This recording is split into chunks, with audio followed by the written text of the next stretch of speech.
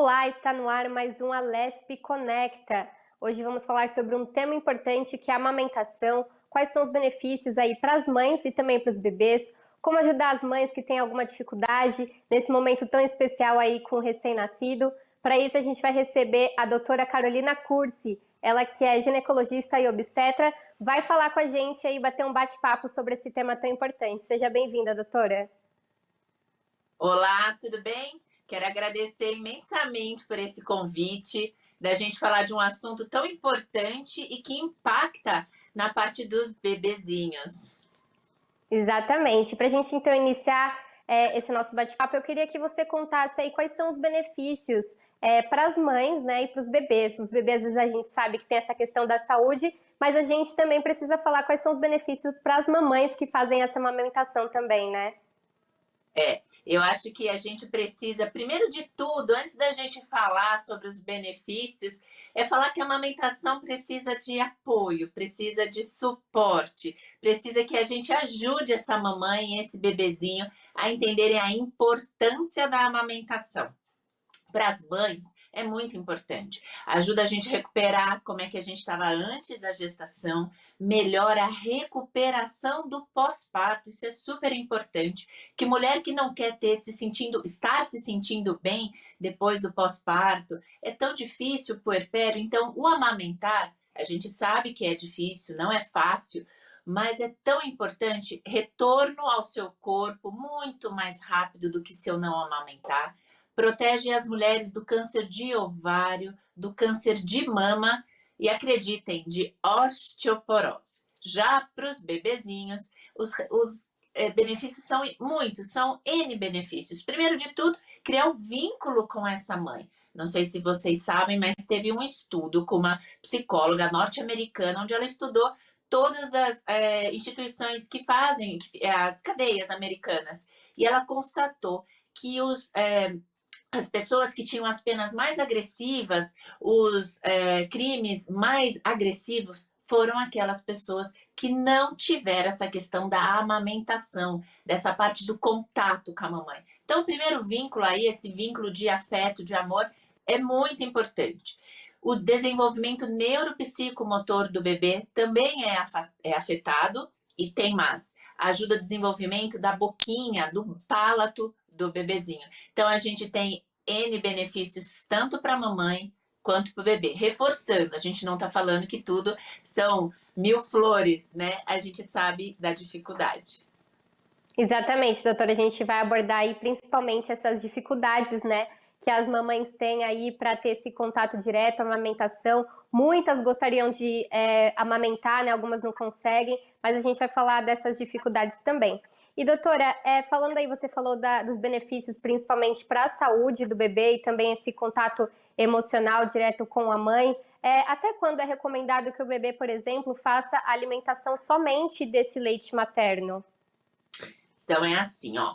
A Organização Mundial de Saúde, a OMS, a Unicef, todas as sociedades que falam sobre a amamentação, o que elas orientam? Fique no peito, amamentação exclusiva, pelo menos até 6 meses de vida. Isso é o mais importante. Por quê? Porque depois, com o tempo, vai começar a introdução alimentar, né?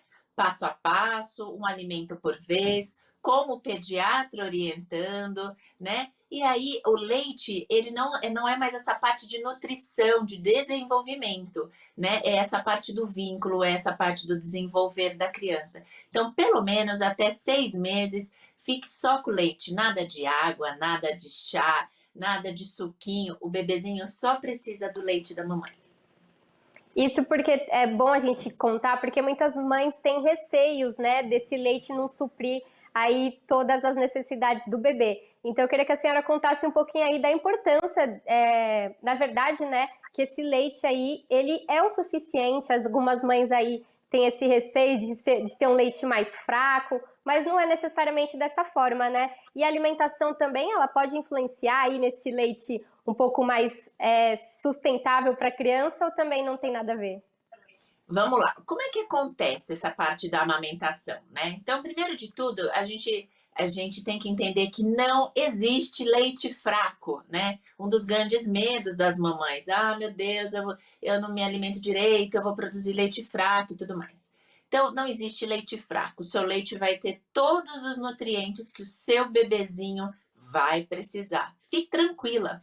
Um dos primeiros erros que a gente sempre acaba orientando as pacientes é que elas têm esse medo de amamentar. Não tenham esse medo de amamentar. Amamentar a gente precisa ter muita calma, muita tranquilidade e autoconfiança. Não existe leite fraco.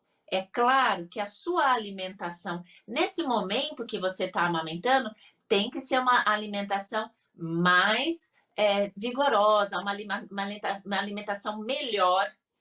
Uma alimentação melhor, por quê? Você vai precisar de um aporte energético de 500 quilocalorias. Então, ninguém melhor para te dizer como se alimentar do que uma boa nutricionista. É o momento que você vai precisar se alimentar melhor, evitar frituras, evitar coisas gordurosas. Sabia que peixes de água fria são melhor para você neste momento? Por quê? Porque tem o DHA, que ajuda o desenvolvimento neurológico do seu bebezinho. Então, tome direitinho as suas vitaminas que a sua médica mandar, mas não se esqueça que a alimentação nesse período é muito importante. E doutora, aí você falou de duas questões que atrapalham bastante, principalmente essa mãe de primeira viagem, né? Que é a questão do medo e a falta de autoconfiança, o que pode prejudicar aí na questão da amamentação. Quais são outras consequências aí, na verdade, quais são outras causas que podem prejudicar a mamãe para fazer essa amamentação?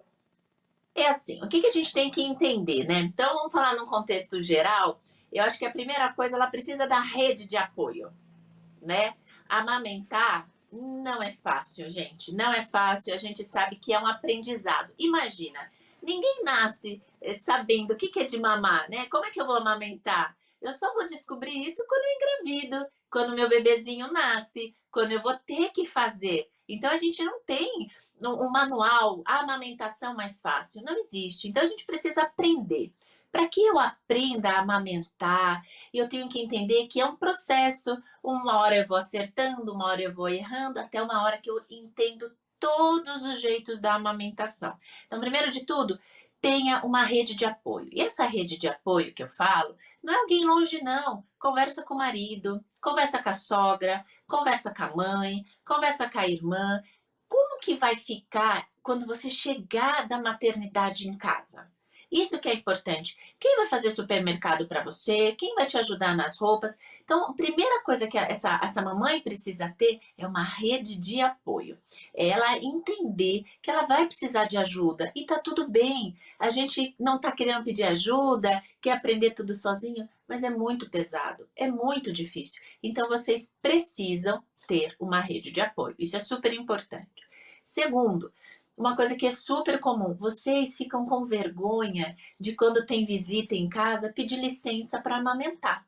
Então, o amamentar é muito importante, olho no olho do bebê, se conecte, né? Olha para o bebezinho, conversa com ele, conta história, vai fazendo esse laço. E se você tiver com um monte de visita na sua casa, você não consegue se concentrar na amamentação. Então, peça licença, olha, tá na hora de dar mamar, eu vou no quarto, ou eu vou no meu cantinho, ou eu vou no quarto do bebê. Não tenha vergonha de pedir, afinal de contas, é só você que pode dar de mamar para esse bebezinho. Então, isso é super importante. Então, rede de apoio, alimentação, que a gente já comentou, essa questão de se conectar na hora da mamada. Outra coisa super importante, não se preocupe com o tempo de mamada. O bebezinho, ele não é relógio. Isso é super importante. Então, exerça a livre demanda. Bebezinho, uma hora ele vai entrar no ritmo e aí depois ele pega de 2 em 2, 3 em 3. Mas no início, livre demanda. Por isso que você precisa da sua rede de apoio.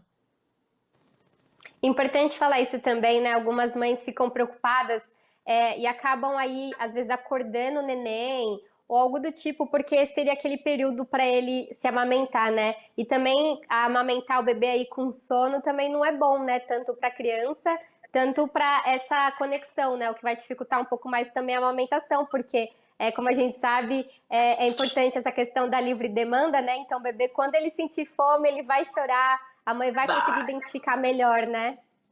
vai, com certeza. A gente sempre orienta. Por que que a mamar, dar de mamar com o neném com sono é arriscado? Porque assim, quando o neném está sonolento, ele não vai fazer a sucção correta lá no bico da mãe.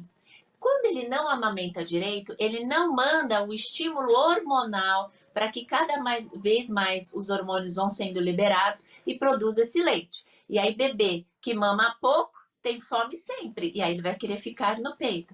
Então, não amamente com o bebezinho sonolento. Acorda o bebê, conversa com ele, tira a roupinha, faz carinho aqui na bochecha para ele acordar, mas acorde, porque daí a amamentação vai ser mais efetiva, ele vai conseguir ter acesso ao leite posterior, que é o leite posterior da mama, que tem as gorduras que o bebezinho precisa para se sentir saciado. E aí ele dorme. Aí o tempo da mamada vai espaçando e essa mulher vai se recuperando do pós-parto. E doutora Carolina, você já citou essa questão da rede de apoio, que é tão importante para as mães, né? Nesse período que ela vai ter uma conexão muito maior com o bebê, vai precisar ficar 24 horas, né, a favor do bebê. Então, essa ida ao supermercado, essa ajuda aí com as tarefas domésticas é importante também para o psicológico e emocional da mulher. Essas questões psicológicas, elas também podem afetar na amamentação?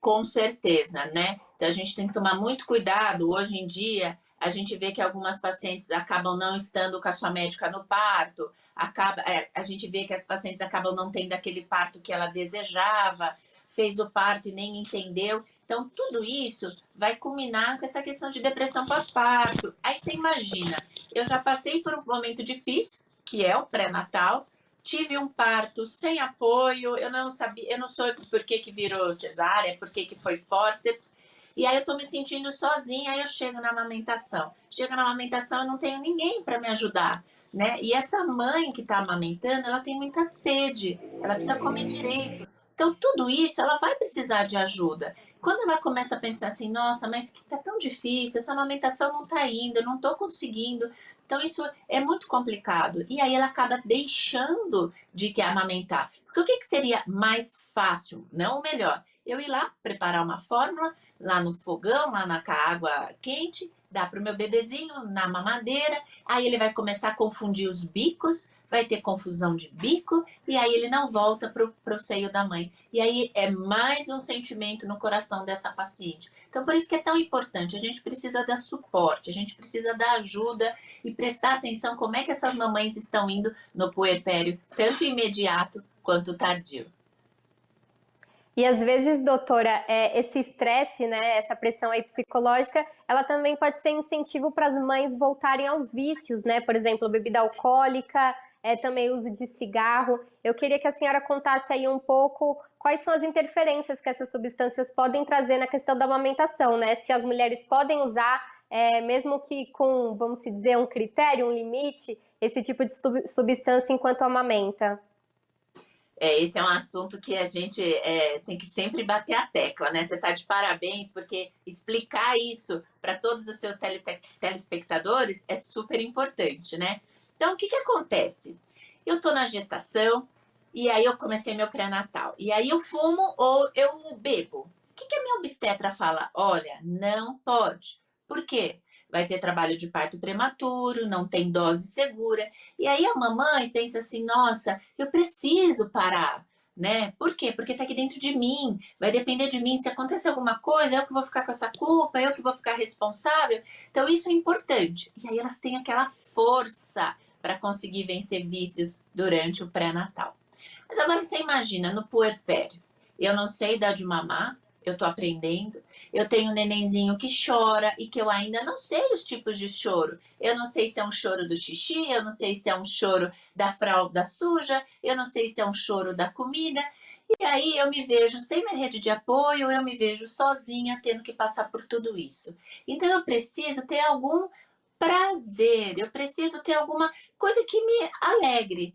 E geralmente as pacientes que tinham o vício durante o pré-natal e conseguiram vencer o vício, no puerpério acabam voltando. Mas lembre-se que álcool e cigarro passam para o leite e vai afetar o desenvolvimento neuropsicomotor do bebê. Então não tem dose segura, não dá para de mamar usando cigarro ou bebida alcoólica. Perfeito. E doutora, falando aí agora também um pouco sobre a questão das doenças, né, que impedem essa amamentação. Há de fato doenças e causas que impedem a amamentação? Ou, por exemplo, tudo pode ser tratado? Ou se tem alguma doença que infelizmente a mãe, por conta disso, não pode amamentar? Então, como é que a gente faz esse momento? Primeiro que a gente vai fazendo as sorologias, né, durante o pré-natal, HIV, sífilis, hepatite B, hepatite C. Então, todas as doenças a gente vai avaliar, ver a carga viral e conversar com essa mãe, né? Porque assim, às vezes o amamentar é um benefício maior do que o risco da doença. Hoje, hepatite B e hepatite C acaba realmente cancelando essa questão da amamentação. HIV vem vindo muito sendo controlada a dose, né? Então, a carga viral, desculpa. Então, realmente, essa parte de doenças a gente primeiro avalia, vê a parte clínica. Veja hoje, mães com Covid podem amamentar, né? Então, pela importância dos anticorpos que tem no leite, então a gente primeiro avalia, vê carga viral, às vezes conversa com o infecto dessa paciente e aí decide em suspender ou não. Bacana, eu ia perguntar exatamente da questão também da Covid-19, a senhora já adiantou. Então é importante ter esse acompanhamento médico, né? Principalmente no pós-parto, não só no pré-natal, então é importante. E doutora, vocês recebem aí mães no pós-parto que têm dificuldade de amamentar? Elas podem ou tendem a procurar o médico para ajudar nessa questão também? A gente recebe bastante mãezinhas aqui que estão naquela ansiedade, né? Ah, eu fiz meu pré-natal com o médico, eu fiz o parto com outro, aí eu sei que a senhora faz essa parte de amamentação e vem pra gente. Então, a gente tem que explicar para a paciente que hoje a amamentação tá muito legal. Tem vários produtos que a gente pode usar, né? Então, usando com orientação médica. Hoje, para você ver, ver se você já está sabendo dessa novidade. Mas hoje tem sutiã que você pode usar, que você pode apoiar as duas bombas e fazer sua retirada de leite e ficar com as mãos livres. Então é muito legal. Tem muitos produtos que a gente pode usar para amamentação. Tem a pomada para ajudar nas fissuras, para manter a hidratação. Tem as conchas. Então tem um mundo de produtos da amamentação. Legal. E doutora, você já falou nessa questão da retirada do leite, né? Isso também ajuda as mães que têm que retornar ao trabalho, principalmente aí nesse período de 6 meses, que é o período indicado para alimentação só com leite materno.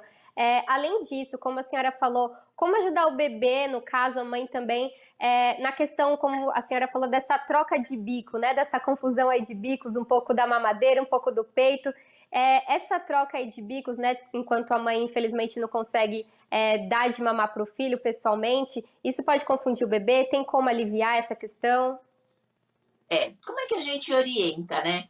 Esse retorno para o trabalho é tão difícil. As pacientes, assim, elas, olha, dá dó, porque elas falam, doutor, é tão pequenininho e eu preciso voltar, mas eu também preciso ajudar meu marido, afinal de contas, a gente precisa voltar para o serviço, né? Então, o que a gente orienta? Que hoje a gente pode manter o leite armazenado, congelado em casa, e aí ensinar ou a vovó ou a pessoa que vai ficar com esse bebezinho, dar para esse bebezinho pela colherinha dosadora ou através do copinho. Sabe aquele copinho de café que é bem pequenininho? Então, é esse que a gente pode dar com muita calma. Treine a pessoa que vai ficar com o seu bebezinho enquanto você volta a trabalhar. Para você descongelar o leite tem uma duração de 15 dias lá no congelador. Para você descongelar, você vai fazer em banho-maria, nada de micro-ondas. O leite que você descongelar não vai recongelar. Então, vai guardando de pequenas quantidades. Isso é super importante. Você pode levar uma malinha térmica e fazer a retirada desse leite no serviço, mantém na geladeira e traz para casa. Então, tem como a gente ajustar, né? A gente precisa ensinar ter esse espaço, como o seu programa, por exemplo, onde a gente possa falar para as pacientes que tudo tem jeito, que elas não estão sozinhas, que elas podem aprender, que elas podem melhorar. Então, acho que é isso que é o importante, né? Para tudo tem jeito, não desista da amamentação. É um momento tão importante, né, para mãe e filho, né? Algumas mães ficam frustradas, né, quando não conseguem fazer a amamentação. Então, é muito importante conseguir ter esse vínculo, essa rede de apoio, como a senhora falou. E, doutora, eu queria que você desse algumas dicas aí para essa mamãe de primeira viagem. Eu sei que não tem aquele jeito certo da pega, né? Cada bebezinho vai ser de um jeito, o contato vai ser de um jeito. Se a senhora tiver alguma dica aí para facilitar, principalmente nessa questão da pega da criança. Vamos lá. Então, a pega é o grande assunto, é o top number one, né, de orientação da amamentação. Então, a pega, antigamente, a gente falava que tinha que pegar toda a auréola da mamãe. Não é mais assim. O que o bebezinho precisa realmente é estar numa posição confortável. Se for fazer a posição tradicional, que é barriguinha com barriguinha, então a barriguinha do bebê com a barriguinha da mãe, a cabeça mais para cima, né? Então ele vai abocanhar todo o bico da mama e uma boa parte da auréola. Ele não vai pegar a auréola inteira, ele não vai conseguir. Então, antigamente se falava isso, que tinha que ser toda a auréola, já não é mais. Tente encontrar uma posição que seja confortável para você e para o bebezinho. O seu grande segredo para evitar fissuras, para você evitar dor, dificuldade, é a pega correta. De repente, o seu bebezinho, na posição cavalinho, aquela que ele fica em pé e fica sentado no seu colo, né, na perna, seja a posição melhor para o seu bebezinho. A gente tem que avaliar, talvez o seu bebezinho seja pequenininho, e aí tem que ser na posição tradicional, ou de repente na invertida, que o corpinho do bebê vai para baixo do seu braço. Então, a pega, sim, tem que ser a mais correta possível, mas a posição ela pode variar, né? Então, isso que é importante. E mais uma dica que eu dou para vocês, para as mamães de primeira viagem. Esvazie primeiro uma mama antes de dar a outra. Antigamente a gente falava 20 minutos em cada mama, né? Mas não é mais assim. O que a gente orienta? Primeiro dê uma mama até aquela mama esvaziar. E a gente sabe que para fazer isso levam de 2 a 3 mamadas na mesma mama, tá? Depois que esvaziou toda essa mama, a gente parte para outra mama. Isso é também uma super dica que vocês acabam não prestando atenção. Doutora, você falou dessa questão de esvaziar a mama, né? Agora, eu pensei muito se algo pode causar que esse leite seque, né? Que o leite da mãe seque. A gente tem aí algumas superstições, alguns mitos, né? Que falam que pode incentivar, né? A mãe a ficar sem leite, a secar esse leite. Isso é verdade? Algum alimento ou algo do tipo pode fazer com que a mãe deixe de produzir o leite? Vamos lá. Realmente tem muito mito, né? Tem muito mito falando sobre isso. Então é assim, a produção hormonal, ela é interna, né? Então é aquela história assim, dá mais canjica, toma mais canjica, cerveja preta, né? Então não existe isso. O que existe? Uma boa alimentação para essa mamãe estar bem e produzir leite em grande quantidade. Né? Não é a cerveja preta, porque a cerveja preta em si não vai agir direto lá na prolactina, que é o hormônio que faz o prolactação, por isso que ela chama prolactina. Então, não tem nenhum alimento que vai agir diretamente. O mais importante é a hidratação, porque essa mãe vai sentir muita sede, então ela precisa, mas assim, o que faz realmente diminuir é um estresse muito assim. Eu já tive 2 pacientes que no pós-parto perderam, uma perdeu o pai e a outra perdeu a mãe. Esse luto, esse estresse foi tão profundo para ela que ela não conseguiu mais amamentar. E doutora, a gente sabe que em outros casos algumas mães produzem muito leite, né? E aí as senhoras, qual que é a indicação aí para vocês? Vocês pedem que ela faça doação? Eu gostaria de entender um pouco mais dessa questão de doação, né? Principalmente para mãe que produz bastante leite. É bacana poder compartilhar isso também com outras mães, né? Que às vezes não produzem ou não conseguem amamentar.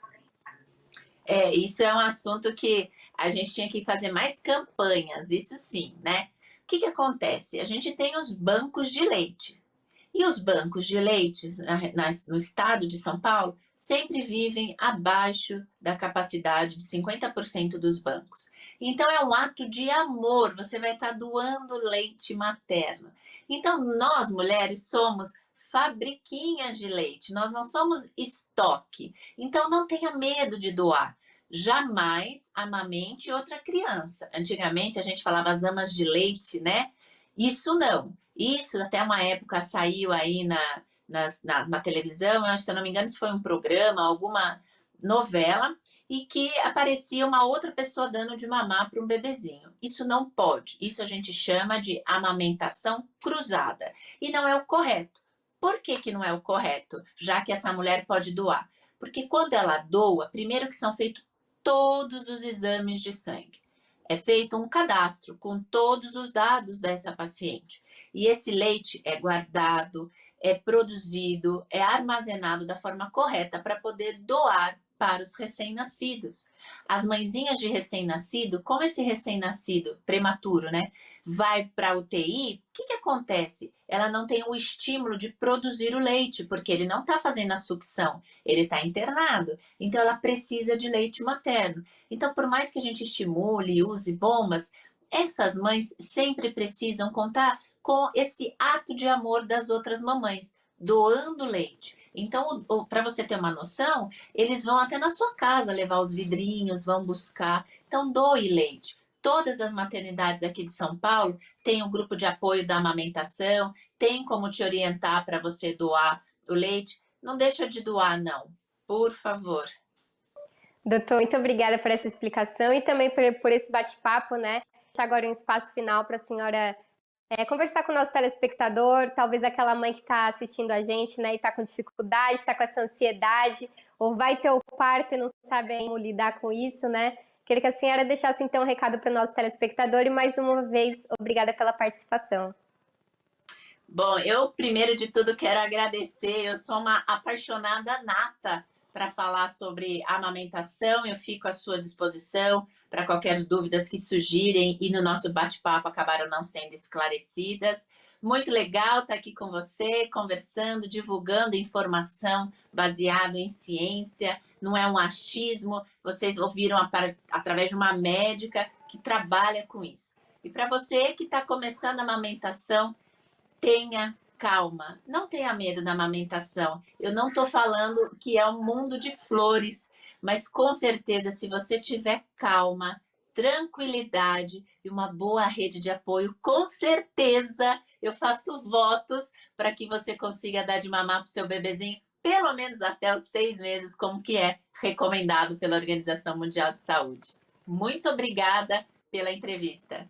Que o Alesp Conecta recebeu hoje a doutora Carolina Cursi. Doutora, mais uma vez, muito obrigada pela participação no programa de hoje, falando um pouquinho sobre a questão da amamentação, nessa dificuldade e também essa importância de não desistir desse momento tão importante com o recém-nascido. Agradeço também a todos vocês que acompanharam o Alesp Conecta de hoje. Se você quiser rever este ou outro programa, é só ficar ligada na nossa programação e também acessar o nosso canal no YouTube. Até a próxima!